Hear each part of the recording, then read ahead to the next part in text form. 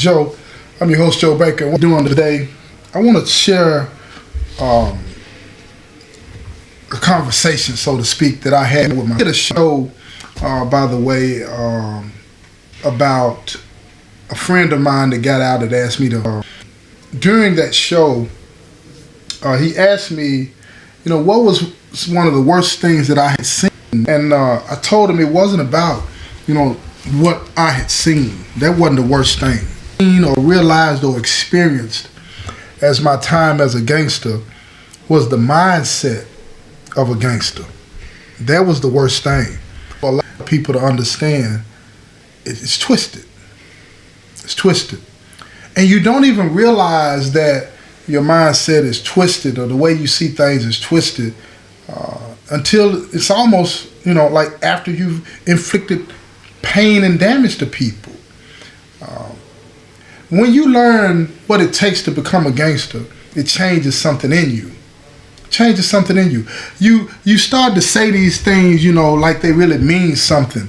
Like in Larry's name or on GD or and if you're a Crip, you saying this and that or whatever set or hood or organization that you belong to, you start to attach the meaning of that organization to the way that you do things and how you conduct your life and live your life. And all of that the whole time is taking you down this pathway to destruction. Period. It messes with your head. I remember once, man, when I was doing the things that I used to do, and I'm ashamed to say this. I remember that I was like, bless my food in Larry's name. Like he was some kind of God. Do you understand what I'm saying? I never referred to him as God. GD has nothing to do with religion, even though the 6-point star is part of the makeup and one of the symbols that we, look to. But it was almost embarrassing, for me at the time, because I remember when I went to chow one time with my guys and we were sitting there and I knew, I felt this like, don't do this type of stuff, but I knew when you sit down and you eat with some of the guys, sometimes they'll take the pitchforks and they'll wave it over the food and say in Larry's name as if it meant something, like Larry was protecting the food and blessing the food, but it was all for show. But the power behind that message that, people would perceive from that, it would make people believe that this is something other than evil. It would make people believe that it was something that they should want to be a part of. And it wasn't. And so many people were hurt by that. And one of the things that stood out to me, when I was talking to my son, I said, a lot of the things that we did back in the day in Larry's name, what if those individuals that we hurt, what if those individuals that we misled, what if they don't wake up? And I was being rhetorical when I was asking the question. I said, we got to pay for that? And my son said, yeah, Dad, literally, we got to pay for that. I'm talking about to God. And all I can ask God for is mercy. That's all I can do. Because even if I did it out of fear, even if I did it out of trying to be accepted, even if I did it for what I perceived to be right and wrong, whatever the reason was, you still got to answer for it to him. And there's no getting away from that. And I get goosebumps. My body shakes imagining what it is that I got to do or what's going to happen to me because of the pain that I've inflicted on people. I'm ashamed. And the other day, Larry's, he's been moved to a state facility and all this and that, right? And some of the guys, they were in a conversation the other day, and I think that they found out more information about him. They found out that he's Muslim now. They found out that he had, renounced, GD and said that he didn't want anything to do with it. And it was something of a revelation to me when these guys, they were talking about F. Larry Hoover. And I'm like, what do you mean, F. Larry Hoover? I said, wait a minute.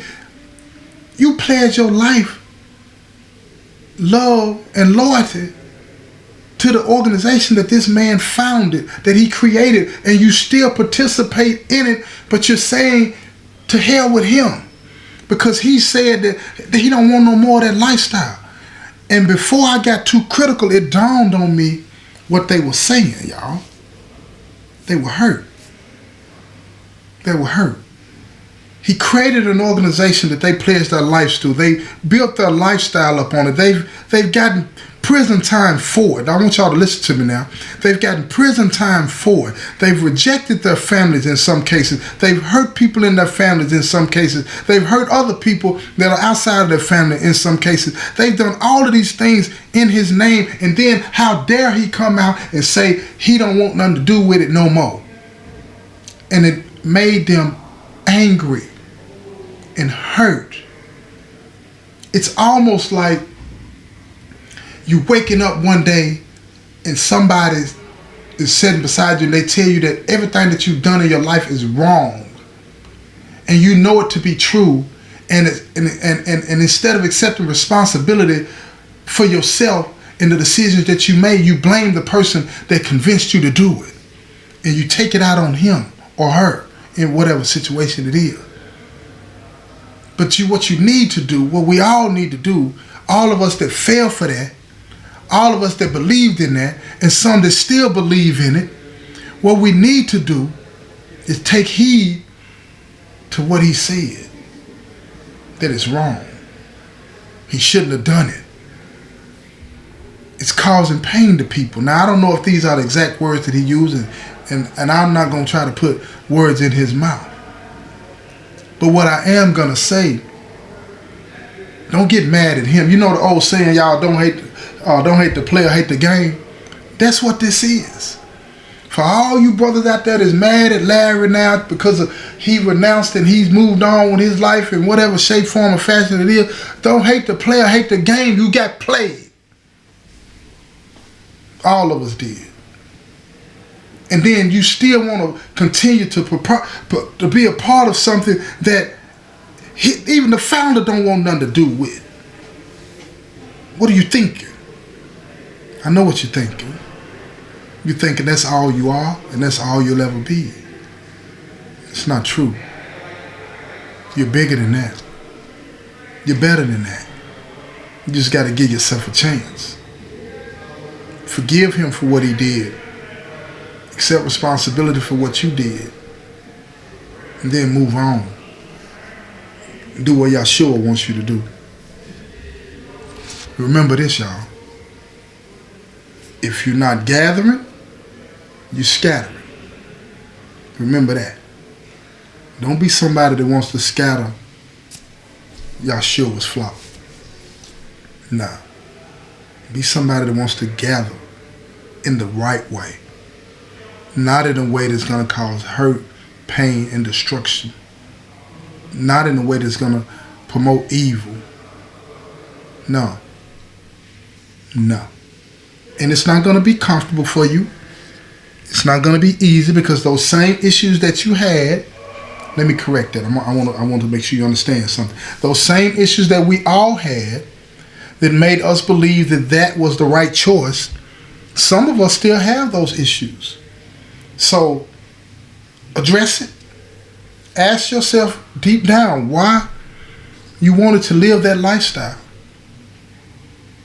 And if there's any part of you, like a jury, a reasonable doubt, if there's any part of you that knows you're doing wrong, don't give up on yourself. Don't tell yourself that this is as good as it's going to get for you, whether you're inside or outside of prison. It's just not true. You're way more than that. And you deserve better. So don't be mad at him. Don't be mad at him. Be accountable to yourself and to God.